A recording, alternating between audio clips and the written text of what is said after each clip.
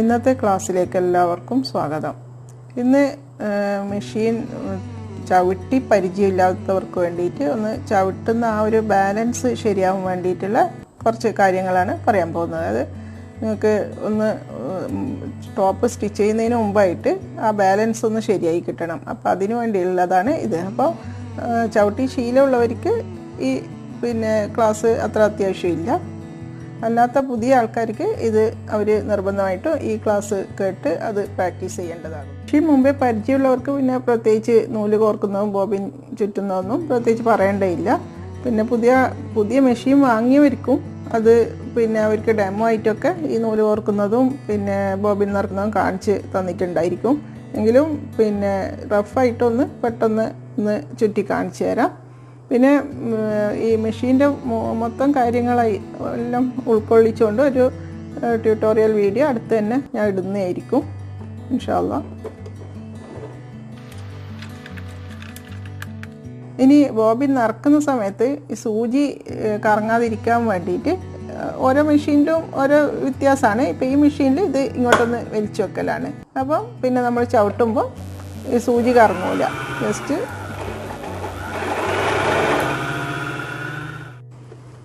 ഇനി അടുത്തതായിട്ട് നൂല് കോർക്കാം. നൂല് കോർക്കുന്നതും ഓരോ മെഷീനിലും ഓരോ തരത്തിലായിരിക്കും.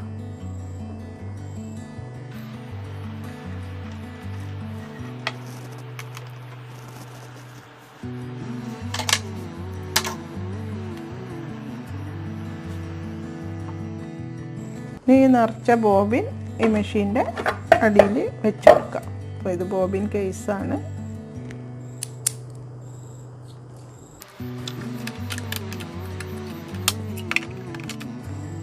ഫസ്റ്റ് നമ്മളിതൊന്ന് ഒരു കൈ കൊണ്ട് ജസ്റ്റ് ഒന്ന് കറക്കിയിട്ട് ഈ അടിയത്തെ നൂലിനെ മുകളിലേക്ക്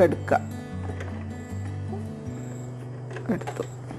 അതൊരു പ്രാവശ്യം സൂചി താഴെ ഇറങ്ങി മുകളിലേക്ക് വരണം. അപ്പോൾ അടിയത്തെ നൂലിനെയും കൊണ്ടായിരിക്കും അത് വരുന്നത്. നിങ്ങൾ ശ്രദ്ധിക്കേണ്ട ഒരു കാര്യം എന്ന് പറഞ്ഞാൽ മെഷീൻ അത് സൂചിയിൽ നൂല് കോർക്കുന്ന സമയത്ത് നിങ്ങളെ കാലൊരിക്കലും മോട്ടറിൻ്റെ മുകളിൽ ഉണ്ടാകാൻ പാടില്ല. കാരണം നമ്മളറിയാതെ കാലൊന്ന് പ്രസ്സായി പോയെങ്കിൽ സൂചി കയ്യിൽ കൊള്ളും. അതുകൊണ്ട് അത് നിങ്ങൾ പ്രത്യേകം ശ്രദ്ധിക്കുക. അതായത് സൂചിയിൽ നൂല് കോർക്കുന്ന ഒരു സമയം ഒരിക്കലും കാല് മോട്ടറിൻ്റെ മുകളിൽ ഉണ്ടാകാൻ പാടില്ല. നമ്മൾ ചവിട്ടുമ്പോൾ മോട്ടറിൻ്റെ മുകളിൽ എങ്ങനെയാണ് കാല് വെക്കേണ്ടതെന്ന് കാണിച്ചു തരാം. മോട്ടറിൻ്റെ ഇപ്പോൾ ചവിട്ടുന്ന മെഷീൻ, അതായത് മോട്ടർ അല്ലാത്ത സാധാ മെഷീനാണെങ്കിൽ കാലുകൊണ്ട് ചവിട്ടുന്ന വേറെ ഇതാണ്. പക്ഷെ മോട്ടർ ഉള്ളതിലാണ് നമ്മൾ കൂടുതൽ ഈ ബാലൻസ് ശ്രദ്ധിക്കേണ്ടത്. മറ്റേതാകുമ്പോൾ എന്തായാലും സ്ലോ ആയിട്ടേ പോവുള്ളൂ, അധികം സ്പീഡിൽ പോവില്ല. പക്ഷെ മോട്ടർ നമ്മൾ ശ്രദ്ധിക്കാതെ ചെയ്താൽ ഭയങ്കര സ്പീഡിൽ പോയിട്ട് ആകെ പ്രശ്നമാകും. അതുകൊണ്ട് ഇതിൻ്റെ ഇത് ഇങ്ങനെ അമരുന്ന സ്ഥലം ഇവിടെയാണ്. അപ്പോൾ നമ്മൾ കാലൊരിക്കലും ഇങ്ങനെ വെക്കാൻ പാടില്ല. അതായത് ഹീല് ഭാഗം അവിടെ കൊള്ളാൻ പാടില്ല. തിരിച്ച് നമ്മൾ വെക്കേണ്ടത്, അപ്പോൾ നമ്മൾ ഈ വിരലും കൊണ്ടായിരിക്കണം ഇത് ഇങ്ങനെ പ്രസ് ചെയ്യുന്നത്. അതായത് ജസ്റ്റ് അമർത്താം, പൊക്ക, അമർത്താം, പൊക്ക, ഇങ്ങനെ നിർത്തി ചെയ്യണം. ഒറ്റയടിക്ക് ഒറ്റ പ്രസ് ചെയ്ത് പിടിച്ചാൽ ഭയങ്കര സ്പീഡിൽ മെഷീൻ പോകും. അപ്പോൾ അങ്ങനെ ആകാൻ പാടില്ല. ഇങ്ങനെ വിരലുകൊണ്ട് ജസ്റ്റ് കുറച്ചൊന്ന് പ്രസ് ചെയ്യുക, വീണ്ടും എടുക്കുക, വീണ്ടും പ്രസ് ചെയ്യുക, വീണ്ടും എടുക്കുക. അതാണ്. മറ്റേ ഹീല് ഭാഗമാണെങ്കിൽ അങ്ങനെ എടുക്കാനും വെക്കാനും പറ്റില്ല. അപ്പോൾ അതുകൊണ്ട് എപ്പോഴും വിരലിൻ്റെ ഭാഗമായിരിക്കണം ഈ സ്ഥലത്ത് വെക്കുന്നത്. അപ്പോൾ ഇനി നിങ്ങൾക്ക് ഈ സ്റ്റിച്ചിങ്, അതായത് നമ്മൾ ചവിട്ടുന്നത് ഒരു ബാലൻസ് കിട്ടാനും ഇതിൻ്റെ സ്പീഡ് കൺട്രോൾ ശരിയാവാനും ഒക്കെ ആയിട്ട് കുറച്ച് കാര്യങ്ങൾ ഞാൻ പറയുന്നുണ്ട്. ഒരു 4-5 നിങ്ങളെ വേസ്റ്റ് ഇപ്പോൾ കട്ട് ചെയ്ത തുണീൻ്റെ ബാക്കി പീസെന്നോ അല്ലെങ്കിൽ പഴയ എന്തെങ്കിലും തുണിയെന്നോ കുറച്ച് പീസുകൾ ഇങ്ങനെ കട്ട് ചെയ്ത് വെക്കാം. എന്നിട്ട് അതിൽ ആദ്യമായിട്ട് ഞാൻ പറയാൻ പോകുന്നത് സ്ട്രെയിറ്റ് സ്റ്റിച്ച് അടിക്കുന്നതാണ്. അപ്പോൾ നിങ്ങൾ ഒരു തുണിയിൽ കുറച്ച് ഇങ്ങനെ ലൈൻസ് ഇട്ട് വെക്കാം. സ്കെയിൽ വെച്ചിട്ട് ലൈൻസ് ഇട്ടിട്ട് ആ ലൈൻസിലൂടെ ഇങ്ങനെ ഒന്ന് അടിച്ച് പ്രാക്ടീസ് ചെയ്യാം. അപ്പോൾ നമ്മൾ സ്റ്റിച്ച് ചെയ്യാൻ തുടങ്ങുമ്പോൾ എപ്പോഴും ഒരു കൈ ഇവിടെ ആയിരിക്കണം, ഒരു കൈ ഇവിടെ ആയിരിക്കണം. അതായത് വലിച്ചെണ്ണം പിടിക്കേണ്ട, എന്നാലും ഒരു പിടുത്തം ഉണ്ടാവും ചെയ്യണം. കാരണം ഇല്ലെങ്കിൽ എന്താ പറഞ്ഞാൽ തുണി ഇങ്ങനെ ചുരുങ്ങിപ്പോവും.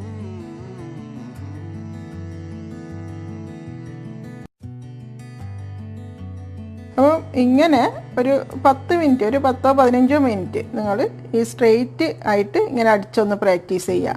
കാരണം ഇങ്ങനെ അടിക്കുമ്പോൾ നിങ്ങൾ ആ സ്റ്റിച്ച് നല്ല സ്ട്രെയിറ്റ് ആയി വരും. അത് പിന്നെ ഇങ്ങനെ അടിച്ചതിന് ശേഷം അത് ലൈൻ ഇട്ടിട്ട് കുറച്ച് അടിച്ചതിന് ശേഷം പിന്നെ ജസ്റ്റ് ഈ പിന്നെ ഫൂട്ടിൻ്റെ ഈ പല്ലിൻ്റെ ഒരളവിൽ വെച്ചിട്ടും നിങ്ങൾ ഒന്ന് അടിച്ച് നോക്കുക. കാരണം വെറുതെ ലൈൻ വരക്കാതെ തന്നെ ജസ്റ്റ് ഈ പല്ലിൻ്റെ ഒരളവ് കണക്കാക്കിയിട്ട് ഇങ്ങനെ ഓരോ ലൈനായിട്ട് അടിച്ചു നോക്കുക. അപ്പോൾ എല്ലാം കൂടി ഒരു 10-15 മിനിറ്റ് നിങ്ങൾ ചെയ്താൽ തന്നെ നിങ്ങൾക്ക് കാലിന് നല്ല ബാലൻസ് കിട്ടും. കാരണം വിരലുകൊണ്ട് പ്രസ് ചെയ്യുക, പൊക്കുക, പ്രസ് ചെയ്യുക, പൊക്കുക, അങ്ങനെ തന്നെ ചെയ്യണം. ഒറ്റ ചവിട്ടിൽ തന്നെ സ്പീഡിൽ പോകാൻ പാടില്ല. ഇനി വേറൊരു പീസിൽ നിങ്ങൾ ഇതുപോലെ ഒരു 3-4 സ്ക്വയർ ഇങ്ങനെ വരച്ച് വെക്കുക. സ്ക്വയറോ റെക്റ്റാങ്കിളോ എന്തായാലും കുഴപ്പമില്ല. അങ്ങനെ വരച്ച് വെച്ചിട്ട് ഇതിനനുസരിച്ച് ഒന്ന് അടിച്ച് പ്രാക്ടീസ് ചെയ്യുക. അപ്പോൾ നിങ്ങൾ ശ്രദ്ധിക്കേണ്ടതെന്ന് പറഞ്ഞാൽ ഈ ഓരോ സ്ക്വയറിൻ്റെ ഈ അറ്റം എത്തുമ്പോൾ ജസ്റ്റ് സൂചി താഴ്ത്തി വെച്ചിട്ട് ഈ ഫൂട്ട് പൊക്കുക. ഫൂട്ട് പൊക്കിയതിന് ശേഷമായിരിക്കണം ഇത് തിരിച്ചിങ്ങനെ വെക്കുന്നത്. അങ്ങനെ ഓരോ കോർണറിലും അങ്ങനെ ഫൂട്ട് പൊക്കണം, സൂചി താഴ്ത്തി വെക്കണം.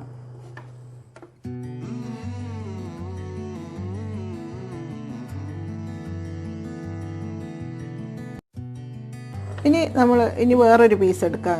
വേറൊരു പീസ് എടുത്തിട്ട് നമുക്കിപ്പോൾ ഏതിൻ്റെ ആയാലും ഇങ്ങനെ അരികടിക്കേണ്ടി വരുന്ന ആവശ്യങ്ങളുണ്ടാവുമല്ലോ. അപ്പോൾ അതെങ്ങനെയെന്നുള്ളത് കുറച്ച് സമയം അതൊന്ന് പ്രാക്ടീസ് ചെയ്യാൻ. അപ്പോൾ ആദ്യം ഒരു മടക്കുക, പിന്നെ വീണ്ടും ഒന്നും കൂടി മടക്കുക. ഇങ്ങനെ മടക്കിയിട്ട് ഇതിൻ്റെ ഈ അറ്റത്തായിരിക്കണം, പിന്നെ അതായത് ഈ മടക്കി ഇവിടെ ആയിരിക്കണം നമ്മളെ സ്റ്റിച്ച് വരുന്നത്.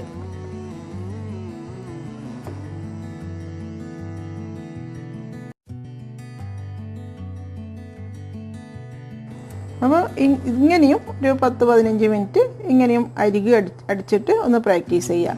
ഇങ്ങനെ നല്ല പ്രാക്ടീസ് ആയി കഴിഞ്ഞാൽ ഇങ്ങനെ ഇടയ്ക്ക് നിർത്തേണ്ടതെന്ന് ആവശ്യമില്ല. നമുക്കിങ്ങനെ അടിക്കുന്നതിനനുസരിച്ച് അത് മടക്കി കൊടുക്കാൻ പറ്റും. ഇനി വീണ്ടും ഒരു പീസ് എടുക്കുക. ഇത് ഒരു ചെറിയ ഒരു 1.5-2 ഇഞ്ച് വീതിയിലും ഉള്ള പീസുകൾ കട്ട് ചെയ്തിട്ട് എടുക്കുക. ഇത് നമുക്ക് ചരട് അടിക്കുന്നത് എങ്ങനെയെന്ന് കാണാനാണ്. അപ്പോൾ നമുക്ക് ചുരിദാറിൻ്റെ ബോട്ടത്തിൻ്റെയൊക്കെ ഉള്ളിലേക്ക് ഇങ്ങനെ കയറ്റി കൊടുക്കണമല്ലോ അതിൻ്റെ ചരട് അല്ലെങ്കിൽ വള്ളി, ഓരോരുത്തർ ഓരോ വിധത്തിലാണ് പറയുന്നത്. അപ്പോൾ അതെങ്ങനെയാണെന്നുള്ളത് കാണിച്ചു തരാം.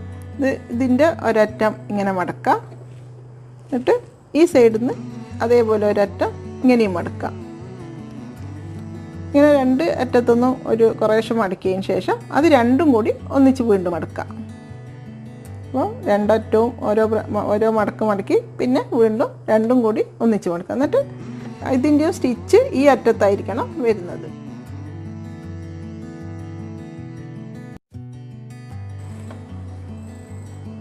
ഇനി വീണ്ടും വേറൊരു പീസിൽ നിങ്ങളിങ്ങനെ ജസ്റ്റ് ഇങ്ങനെ ഇപ്പോൾ നമുക്ക് റൗണ്ട് കഴുത്തൊക്കെ വരക്കുമ്പോൾ ഉണ്ടാവുമല്ലോ ഇങ്ങനെ കേർവായിട്ട് കട്ട് ചെയ്യാൻ സ്റ്റിച്ച് ചെയ്യേണ്ടത്. അപ്പോൾ അതിന് ഒരു കുറച്ച് അത് വരച്ച് വെക്കാം, പിന്നെ ഒരു വീയും ഒക്കെ വരച്ച് വെക്കാം. എന്നിട്ട് അതിൽ എങ്ങനെ ചെയ്യുന്നതെന്ന് നോക്കാം. അപ്പം മെല്ലെ, അതായത് സ്ലോ ആയിട്ട് പോയാൽ മതി, നിർത്തി. അപ്പോൾ നമുക്കത് ആ വരക്കനുസരിച്ച് നമുക്ക് ചെയ്യാൻ പറ്റും.